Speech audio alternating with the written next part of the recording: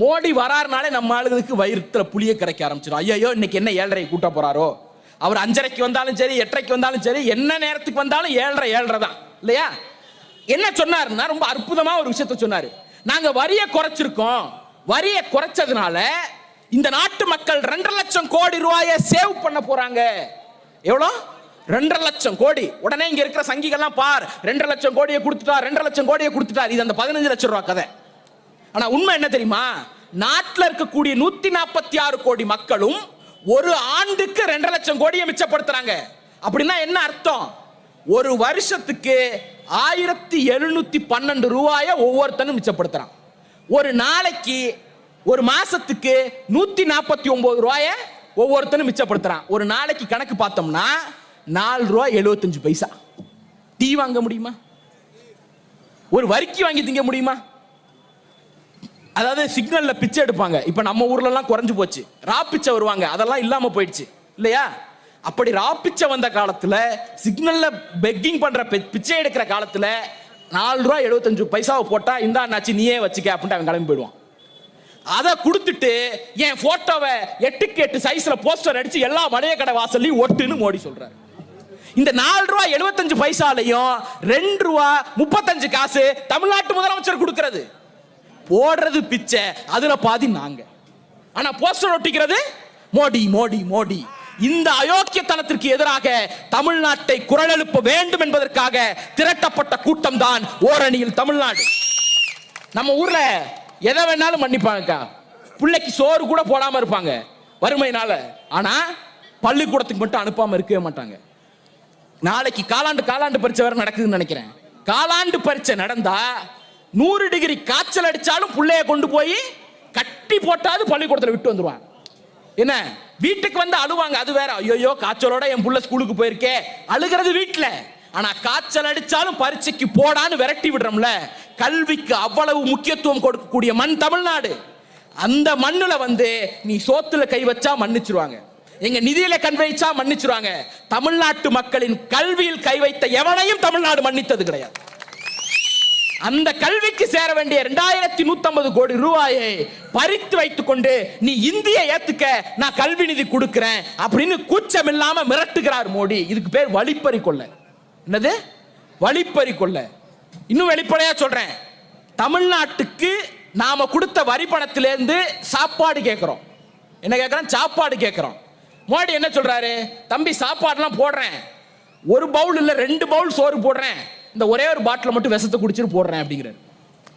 கல்விக்கு நிதிங்கிறது நம்முடைய உணவு, அவர் கொடுக்கிற விஷம் ஹிந்தி.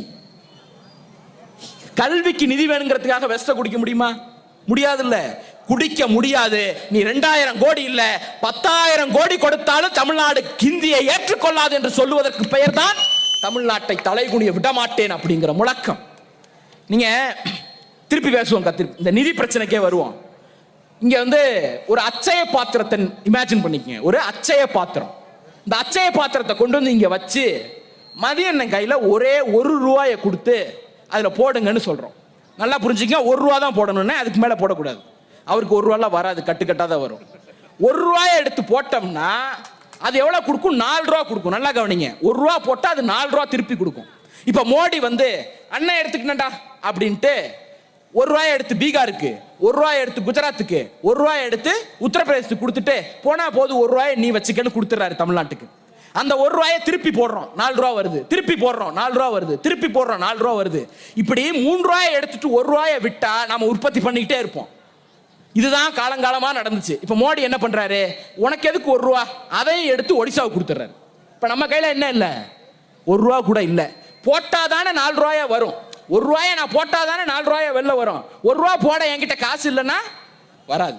பட்னி கிடக்கிறது நான் மட்டும் கிடையாது, உத்தரப்பிரதேசம், பீகார், ஒடிசா, மத்திய பிரதேசம் எல்லாரும் பட்னி கிடப்பான். நீங்க என்ன நினைக்கிறீங்க?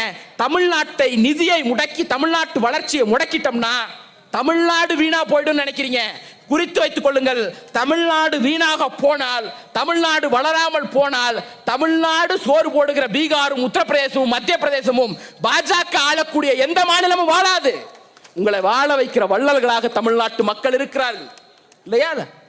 அப்ப இந்த நிலைக்காக போராடுவதற்கு பெயர் தான் நம்முடைய ஓரணியில் தமிழ்நாடு. இதெல்லாம் கேள்வி கேட்டோம்னா அடுத்து ஒரு ஆபத்தை தூக்கி வைக்கிறது.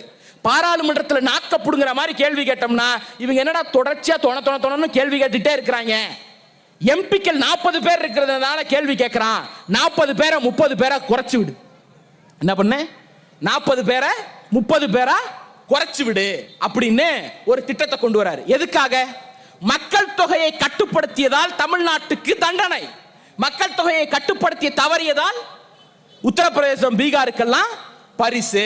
ஒன்றும் இல்லைக்கா, திருப்பி அக்காட்டே வருவோம், அண்ணன்ட்ட வருவோம். வர அண்ணன் உட்காந்துருக்காரு, வீட்டுக்கு திடீர்னு கெஸ்ட் வராங்க. அவருக்கு வெளியில போய் பால் பாக்கெட் வாங்கிட்டு வர அலுப்பு. 2 பிள்ளைங்க இருக்காங்க. டே மகனை இங்க வாடா அப்படின்னு கூப்பிட்டு ஒரு 100 ரூபாயை கையில கொடுத்து பால் பாக்கெட் வாங்கிட்டு வாடாங்கிறாரு. சின்ன பையன் என்ன பண்றான்? போப்பா அப்படின்னு ஏசி ரூம்ல போய் ஏசியை 16ல வச்சுட்டு குப்பரை அடிச்சு போர்வையை போத்திட்டு படுத்துறான். பெரிய பையன் என்ன பண்றான்? அப்பா கொடுப்பா நான் போறேன் அப்படின்ட்டு மெனக்கட்டு வேர்த்து விறுவிறுக்க ஓடி போய் பால் பாக்கெட் வாங்கிட்டு வரான். பாக்கி 60 ரூபா அவன் கையில இருக்கு. 100 ரூபாயில 40 ரூபா போக 60 ரூபா கையில இருக்கு. அந்த பையன் வந்த உடனே ஓங்கி செவிலே அவனை ஒரு அறை விட்டு உருப்படா பையல போடான்னு துரத்தி விட்டுட்டு உள்ள ஏசியை போட்டு படுத்திருந்தால சின்ன பையன் அவனை கூப்பிட்டு, ஐயோ தங்கம் அழகா தூங்கின தங்கம், இந்த 60 ரூபாயை வச்சுக்கேன்னு சொன்னா நீங்க யோக்கியமானவரா அயோக்கியரா? இந்த அயோக்கியத்தனத்தை தான் மோடி செய்கிறார். அவர் பேச்சை கேட்டுக்கொண்டு, ஒன்றிய அரசாங்கத்தின் பேச்சை கேட்டுக்கொண்டு மக்கள் தொகையை கட்டுப்படுத்திய தமிழ்நாட்டுக்கு தண்டனை, கட்டுப்படுத்தாமல் ஏசியில தூங்கின பீகாருக்கும் உத்தரப்பிரதேசத்துக்கும் மத்திய பிரதேசத்துக்கும் குஜராத்துக்கும் பரிசு. நீங்க கேட்கணும், இதற்கு எதிராக மக்களை திரட்டுவதற்கு பெயர் தான் ஓரணியில் தமிழ்நாடு. வரக்கூடிய ஆபத்து கொஞ்ச நஞ்சம் கிடையாதுக்கா. உத்தரப்பிரதேசல ஒரு வருஷத்துக்கு 24 லட்சம் புள்ள பிறக்குது. பீகார்ல ஒரு வருஷத்துக்கு 18 லட்சம் புள்ள பிறக்குது. ஒடிசால ஒரு வருஷத்துக்கு 3 லட்சம் புள்ள பிறக்குது. மத்திய பிரதேசல 10 லட்சம் புள்ள, ராஜஸ்தான்ல 8 லட்சம் குழந்தை, ஜார்க்கண்ட்ல 5 லட்சம் குழந்தை, கூட்டி பார்த்தோம்னா 68 லட்சம் குழந்தை. ஒரு வருஷத்துக்கு இந்தி பேசக்கூடிய மாநிலங்கள்ல 68 லட்சம் குழந்தை பிறக்குது. நம்மாளு நாம் இருவர் நமக்கு இருவர் நேர்ந்து, நாம் இருவர் நமக்கு ஒருவர்ல இருந்து நாமே இருவர் நமக்கேண்டா ஒருவர்னு வந்துட்டோம். இப்ப என்ன ஆயிடுச்சு? தமிழ்நாட்டில் ஒரு வருஷத்துக்கு வெறும் 2.2 லட்சம் குழந்தைகள் தான் பிறக்குது. நான் பெரிய ஆபத்தை சுட்டி காட்டுகிறேன். தயவு செய்து கற்பனை பண்ணி பாருங்க. தமிழ்நாட்டில் வருஷத்துக்கு 2 லட்சம் குழந்தை, ஹிந்தி பேசக்கூடிய மாநிலங்கள்ல 68 லட்சம் குழந்தை. இன்னைக்கு நீங்க சேர்க்கிற சொத்து, சம்பாதிக்கிற பணம், இதெல்லாம் 100 வருஷத்துக்கு பிறகு யார் ஆண்டு அனுபவிக்க போகிறார்கள்? தமிழ்நாட்டு அனுபவிக்காது, இந்திக்காரர்கள் வந்து அனுபவிப்பார்கள். இங்க இருக்கக்கூடிய வளங்கள் அவர்களுக்கு போயிடும், இங்க இருக்கக்கூடிய வாழ்க்கை அவர்களுக்கு போயிடும், இங்க இருக்கக்கூடிய வாய்ப்பு அவர்களுக்கு போயிடும். நாம் கஷ்டப்பட்டு பம்பாடு பட்டு சேர்த்த தமிழ்நாட்டின் பெருமிதமும் கௌரவமும் ஹிந்திக்காரர்களால் எடுத்துக்கொள்ளப்படும். அதற்கு எதிராக, அந்த அநீதிக்கு எதிராக தமிழ்நாட்டை திரட்டுகிற முயற்சி தான் ஓரணியில் தமிழ்நாடு, தமிழ்நாட்டை தலைகுனிய விடமாட்டோம் என்கிற முழக்கம். நீங்க இன்னும் கேட்கலாம், இதெல்லாம் பார்த்த உடனே என்ன சார் பூச்சாண்டி காட்டுறீங்க? பாஜக பாஜக பாஜக பூச்சாண்டி காட்டல. நீங்க யோசிச்சு பாருங்க, அதிமுக வலிமையான கட்சி தானே ஒரு காலத்துல, ஜெயலலிதா இருந்த வரைக்கும் இல்ல. இன்னைக்கு என்ன பண்ணாங்க? எடப்பாடி பழனிசாமி மேடையில சவுண்ட் விட்டாரு, செத்தாலும் கூட்டணி கிடையாது, 26ல மட்டும் கிடையாது, 31லயும் கூட்டணி கிடையாது, வாய்ப்பே இல்ல, நீ யாரு எங்களை ஆட்சி செய்ய, நீ யாரு அப்படி இப்படின்னு சவுண்ட் விட்டாரு. அங்க இருந்து மோடி வந்து, அமித்ஷா வந்து, என்னமா அங்க சத்தம் அப்படின்னு ஒரே டயலாக் தான். சும்மா பேசிட்டு இருந்தேன் மாமா அப்படின்னுட்டு நேரா கொண்டு போய் டெல்லியில காலில் விழுந்துட்டார். நான் வெளிப்படையா கேட்கிறேன், அவர் டெல்லிக்கு போனது அத்தனை பேருக்கு தெரியும். போகும்போது என்ன சொன்னாரு? கட்சி ஆபீஸ பார்க்க போறேன். போய் யாரை பார்த்தாரு? அமித்ஷாவை பார்த்தாரு. அடுத்து இன்னொரு அண்ணாச்சி கிளம்புனாரு. யாரு? செங்கோட்டையன். இங்க இருந்து கிளம்பும் போது ஹரித்வாருக்கு போறேன் அப்படின்னாரு. எனக்கு கடவுள் நம்பிக்கை இல்லை, இங்க இருக்கிற எல்லாருக்கும் நம்பிக்கை இருக்கும். தயவு செஞ்சு மனசாட்சி தொட்டு சொல்லுங்க, எனக்கு தெரிஞ்சு படிச்ச வரைக்கும் கேள்விப்பட்ட வரைக்கும் ஹரித்வார் சிவன் கோயிலுக்கு தான் ஃபேமஸ். அங்க போய் நான் ராமனை பார்க்க போறேன்னு ஒரு புருடா விட்டார். சரி, அங்கயாவது போனாரா அப்படின்னு பார்த்தா நேரா போனது அமித்ஷா வீடு.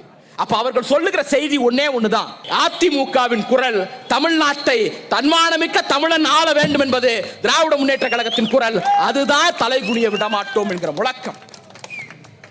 உடனே நீங்க எல்லாம் ஒண்ணுமே செய்யல, அதுக்கு பயந்துகிட்டு தான் மோடியை பூச்சாண்டியா காட்டுறீங்க அப்படின்னு என்ன சொல்லுவாங்க? ஒன்னும் பண்ணாததுனால தான் இவ்வளவு பண்றீங்க அப்படின்னு சொல்லுவாங்க. நான் வெளிப்படையா சொல்றேன், திராவிட முன்னேற்ற கழகத்துடைய இந்த 4 ஆண்டு கால ஆட்சியில் நாம் செய்த சாதனையை போல இந்திய வரலாற்றில் எந்த கட்சியும் எந்த தலைவனும் 4 ஆண்டுகள் சாதித்தது கிடையாது. இங்க மேடையில் இருக்கக்கூடிய சீனியர்கள்லாம் கோச்சிக்க கூடாது. முத்தமிழறிஞர் கலைஞர் நாடு போற்றிய நல்ல அரசியல் தலைவர். அவருக்கு இணையான தலைமைத்துவம் கொண்டவர்கள் இந்த நாட்டில் பிறக்கவே இல்லை. ஆனாலும் தலைவர் கலைஞருக்கு தமிழ்நாட்டில் இருக்கக்கூடிய ஒவ்வொரு வீட்டிலும் என்னுடைய திட்டம் இருக்குன்னு சொல்றதுக்கு 5 ஆட்சி தேவைப்பட்டது. நம்முடைய தலைவருக்கு வெறும் 4 ஆண்டு காலம் போதுமானதாக இருக்கிறது. அண்ணனுக்கு 2 ஊசி போட்டு விட்டோம்னா தெரிஞ்சிருவாப்ல. என்ன, வெறும் 4 ஆண்டு காலம் போதுமானதாக இருக்கிறது. அண்ணனே சொன்னாங்க, இங்க பேசுகிற போது சொன்னாங்க, என்ன சொன்னாங்க, அண்ணன் ஊத்தங்கரை ஒரு கட்சி வெறி பிடித்த ஊர். எல்லா மாவட்டத்துக்கும் போயிருக்கேன், தமிழ்நாட்டில் அத்தனை மாவட்டத்துக்கும் போயிருக்கேன், வேலூர், நாமக்கல், நீங்களா எல்லா மாவட்டத்துக்கும் போயிருக்கேன். அதிகபட்சம் மாவட்ட ஆஃபீஸ்ல இருந்து கூப்பிடுவாங்க, அண்ணன் வந்துட்டீங்களாண்ணே, உங்களை சொல்லியிருக்காங்களே அப்படின்னுட்டு. ஆனா ஐடி விங் துணை செயலாளர், மாவட்ட இளைஞரணி அமைப்பாளர், மாவட்ட இளைஞரணி துணை அமைப்பாளர், ஒன்றிய செயலாளர், பேரூர் செயலாளர், பேரூர் அவைத்தலைவர், 4 ஐடி விங் தம்பிகள், மாவட்ட பொருளாளர், இத்தனை பேர் 2 நாளுக்குள்ள போன் பண்ண ஒரே மாவட்டம் இந்த கிருஷ்ணகிரி கிழக்கு மாவட்டமும் ஊத்தங்கரை தொகுதியும் தான். எதுக்கு சொல்றேன்னா, அவ்வளவு கட்சி வெறியர்கள் இந்த ஊரில் இருக்கிறார்கள், அவ்வளவு கழக காளையர்கள் இந்த ஊரில் இருக்கிறார்கள். கருப்பு செப்பு கொடிதான் இந்த நாட்டை காப்பாற்றும் என்கிற நம்பிக்கை கொண்ட தொண்டர்கள் தோழர்கள் இந்த ஊரில் இருக்கிறார்கள். அவங்களுக்கு முன்னாடி நான் ஏதாவது தப்பா சொல்லிட முடியுமா? அதனால வெளிப்படையா சொல்றேன். அவங்க அண்ணன் பேசினாரு, 0% விட்டுட்டு போனாருங்க எடப்பாடி தமிழ்நாட்டை. இன்னைக்கு 11.2% உயர்த்தி காட்டிய தலைவர் முத்துவேல் கருணாநிதி ஸ்டாலின். 1,15,00,000 பேருக்கு மகளிர் உரிமை தொகை, 3,85,000 பேருக்கு தமிழ் புதல்வன் திட்டம், 4,25,000 பேருக்கு புதுமை பெண் திட்டம், ஒரு மாசம் 1000 ரூபாய் சேமிக்கிற மாதிரி இலவச விடியல் பேருந்து பயணம், 149 ரூபா சேமிக்கிறாங்கன்னு டிவியில தோன்றி தையத்தக்கா தான் தக்கா 20 அடியில கட் அவுட் வைடா அப்படின்னு மோடி சொல்றார். மாசத்துக்கு 882 ரூபாய மகளிர் விடியல் பேருந்து பயணம் மூலமாக மட்டும் தமிழ்நாட்டு மக்கள் சேமிக்கிறாங்க, நம்ம வீட்டு பெண்கள் சேமிக்கிறாங்க. அப்பேற்பட்ட சாதனையை நிகழ்த்தியிருக்கோம். ஏகப்பட்ட திட்டங்களை எல்லாம் சொல்ல, இப்படி எண்ணிக்கையை மட்டும் சொல்லல. தமிழ்நாட்டில் 10 லட்சம் மகளிர் பயன்பெறுகிற வகையில் 1 லட்சம் சுய உதவி குழுக்களினுடைய 2120 கோடி ரூபாய் கடனை தள்ளுபடி பண்ணியிருக்கோம். இந்த மாதிரி எண்ணிக்கை கிடையாது. 1.25 கோடி, 38 லட்சம், 7 லட்சம், 21 லட்சம் பேருக்கு காலை உணவு போடுறோம், 1000 ரூபாய் சேமிக்கிறோம். இந்த கணக்கெல்லாம் தூக்கி ஓரமா வச்சிருவோம். 4 ஆண்டுல என்னடா சாதிச்சீங்கன்னு சொன்னா 2 கதையை மட்டும் சொல்லிட்டு விடைபெறுகிறேன். ஒன்னு, நம்ம தமிழ்நாட்டு முதலமைச்சர் ஒரு திட்டத்தை அறிவிச்சார். அந்த திட்டத்துக்கு பேர் என்ன? அம்பேத்கர் தொழில் முன்னோடி திட்டம். அந்த திட்டத்தோட சிறப்பு என்னன்னா, 1 கோடி ரூபாய்க்கு தொழில் தொடங்கணும்னு நினைச்சா 35 லட்சம் ரூபாய் அரசு கொடுத்துரும், 65 லட்சம் ரூபாயை கடன் வாங்கி கொடுத்துரும், அந்த கடனுக்கு 6% வட்டியை அரசே கொடுத்துரும். இப்பேற்பட்ட மகத்தான திட்டத்தை தமிழ்நாடு முதலமைச்சர் அறிவிக்கிறார். வேலூர் மாவட்டத்தில் ஒரு பழங்குடி சமூகத்தை சேர்ந்த ஒரு பையன், அவங்க அப்பாவோட தொழில் என்னன்னா ஓடு மாத்துற தொழில். எது? வீட்டில் ஓடு மாத்துவோம்ல, அந்த தொழில். எவ்வளவு ரிஸ்கான தொழில்னு உங்களுக்கு தெரியும். கீழே விழுந்து இடுப்பு ஒடும்பு உடஞ்சிச்சுன்னா காலம் முழுக்க படுத்த சாப்பாட்டுக்கு கஷ்டப்படுற மாதிரி நெருக்கடி ஏற்பட்டுரும். அப்பேற்பட்ட ஒரு ரிஸ்கான தொழிலை வெறும் 300 ரூபாய் கூலிக்கு செஞ்சுட்டு இருந்தார் அவங்க அப்பா. அந்த பையன் பிஎஸ்சி முடிச்சுட்டு படிச்ச படிப்புக்கு வேலை கிடைக்காம ஒரு பேப்பர் ஆடை பார்த்துட்டு இந்த திட்டத்துக்கு அப்ளை பண்றான். நம்பிக்கை இல்லாம அப்ளை பண்றான். அவனே சொல்றான், நம்பிக்கை இல்லாம தான் அப்ளை பண்ணேன். 7வது நாள் எனக்கு போன் வந்துச்சு, 21வது நாள் வெரிஃபிகேஷன் வந்துச்சு, 36வது நாள் என் அக்கௌண்ட்ல 65 லட்சம் ரூபாய் கிரெடிட் ஆச்சு. அவன் அடுத்த வார்த்தை சொன்னான், எங்க அப்பா 300 ரூபாய் கூலிக்கு உசுர பணையம் வச்சு வேலை பார்த்தாரு, இன்னைக்கு நான் வருஷத்துக்கு 10 லட்சம் ரூபாய் டாக்ஸ் கட்டுறேன் அப்படின்னா. ஒரு தொழிலதிபர்னா இது அல்ல செய்தி. இந்த ஆட்சி 4 வருஷத்துல சாதிச்சது என்னடான்னு கேட்டா இதை மட்டும் சொல்லிட்டு இறங்கி போயிட்டே இருப்பேன். அவங்க அப்பா தொழில் ஓடு மாத்திர தொழில், அந்த பையனோட தொழில் ஓடு தயாரிக்கிற இண்டஸ்ட்ரிக்கு அதிபர். வாழ்க்கையில விளிம்பு நிலையில கடந்த மக்களை எல்லாம் தூக்கிட்டு கொண்டு உச்சத்தில் உட்கார வைத்த அரசு திராவிட மாடல் அரசு. இந்த அரசுக்கு எதிரிகளை பார்த்து பயம் கிடையாது. யாரையும் பூச்சாண்டி காட்டி 26க்கு வாங்கன்னு சொல்ல வேண்டிய அவசியம் எங்களுக்கு கிடையாது. செய்த செயலுக்கு, செய்த சாதனைக்கு தமிழ்நாட்டு மக்கள் மீண்டும் அரியணையை கொடுக்க தயாராக இருக்கிறார்கள். யாரையும் பயமுறுத்தி ஆட்சிக்கு வரணும்னு அவசியம் இல்லை. அதை தாண்டி நாங்கள் ஓரணியில் தமிழ்நாடு என்று உங்களை எல்லாம் திரட்டுவதற்கு ஒரே ஒரு காரணம் தான், 60-70 ஆண்டுகள் போராடி போராடி போராடி தமிழ்நாட்டை உருவாக்கி வைத்திருக்கிறோம். எதை இழந்தாலும் மானத்தை இழக்க கூடாது என்கிற உறுதி நமக்கு இருக்கிறது.